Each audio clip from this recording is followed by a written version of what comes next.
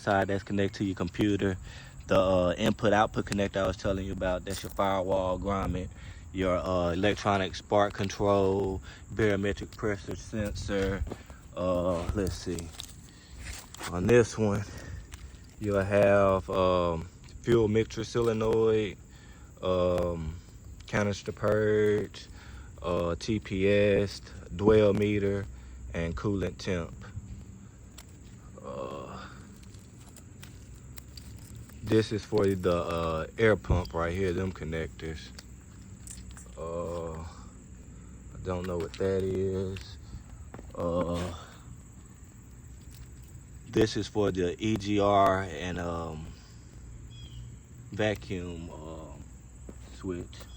Torque converter lockup. What is these two? This is for the